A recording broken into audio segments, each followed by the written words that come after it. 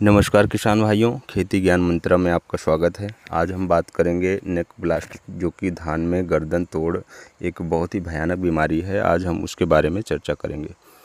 धान में गर्दन मरोड़ या नेक ब्लास्ट रोग जो है धान की फसल को बहुत ज़्यादा प्रभावित करती है और ये रोग मौसम में अचानक होने वाले बदलाव या ज़्यादा नमी की वजह से फैलता है।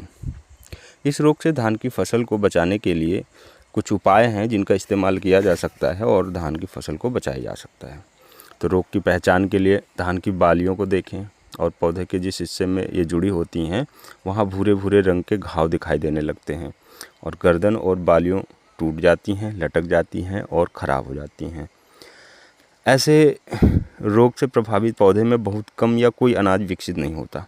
यह बीमारी ज़्यादातर बासमती किस्मों में मुच्छल PB 1401 जिसको बोलते हैं, PB 1885, PB 1, PB 1121 आदि किस्मों में ज़्यादा मात्रा में देखने को मिलती है। इस रोग से धान की बालियां टूटकर ज़मीन पर भी गिर जाती हैं, जिससे काफ़ी नुकसान होता है। और इसका जो रोग कारक है वो ये फंगस है, जिसको मैग्नापार्थोराइजी के नाम से जानते हैं। यह धान के सभी हिस्सों को संक्रमित करता है, जिससे उपज में अत्यधिक नुकसान होता है, जो कभी कभी 70% तक पहुंच जाता है। प्रभावी प्रबंधन के लिए शीघ्र पता लगाना बहुत ही ज़रूरी होता है, तभी हम इसको नियंत्रित कर सकते हैं। विश्व स्तर पर ब्लास्ट रोग धान की फसलों में लगभग 10 से 30% तक वार्षिक उपज को हानि पहुंचाता है। धान में नेक ब्लास्ट के कुछ अनुकूल कारक हैं जो इसको प्रभावित करते हैं, जैसे कि तापमान हो गया। आदर्श तापमान इसके लिए 25 से 30 डिग्री है। गर्म तापमान फंगल इन्फेक्शन को बढ़ावा देता है। इससे अगर तापमान बढ़ेगा तो फंगल इन्फेक्शन भी हमारा बढ़ेगा। और अगर आर्द्रता बढ़ेगी तो आर्द्रता वातावरण रोग के विकास के लिए अनुकूलतम परिस्थिति मानी जाती है। आर्द्र वातावरण ना होने दें। और सबसे बड़ी बात है, नेक ब्लास्ट बीमारी की चपेट में आने के बाद धान की पत्तियों पर आँख के आकार के काले अथवा बैंगनी रंग के अनेक धब्बे बन जाते हैं, जो बाद में धब्बों के बीच का भाग चौड़ा तथा दोनों किनारे लंबे होते जाते हैं। कई धब्बे आपस में मिलकर बड़े आकार के हो जाते हैं, पत्तियों को सुखा देते हैं, वहीं तने की गांठें काली हो जाती हैं।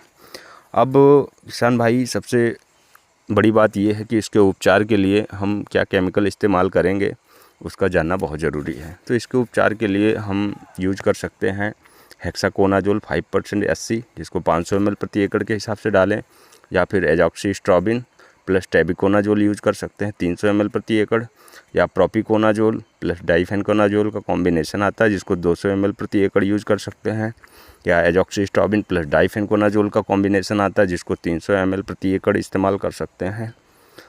नेक ब्लास्ट को रोकने के लिए कुछ ज़रूरी चीज़ें हैं जो हम स्टार्टिंग में भी काम करें तो उससे हमें छुटकारा मिल सकता है। जैसे कि हम अपना सीड ट्रीटमेंट अच्छे से दें। सीड ट्रीटमेंट के लिए हम 2 ग्राम प्रति kg सीड के हिसाब से कैप्टॉन या कार्बेंडाजिम या थीरम या ट्राइसाइक्लोजोल इस्तेमाल कर सकते हैं। और समय समय पर फसलों को ध्यान देते रहें, जिससे हम इस बीमारी से अपनी फसलों को बचा सकते हैं। अन्यथा नेक ब्लास्ट ऐसी बीमारी है जो फसलों को बाली निकलने के बाद काफ़ी नुकसान पहुँचाती है।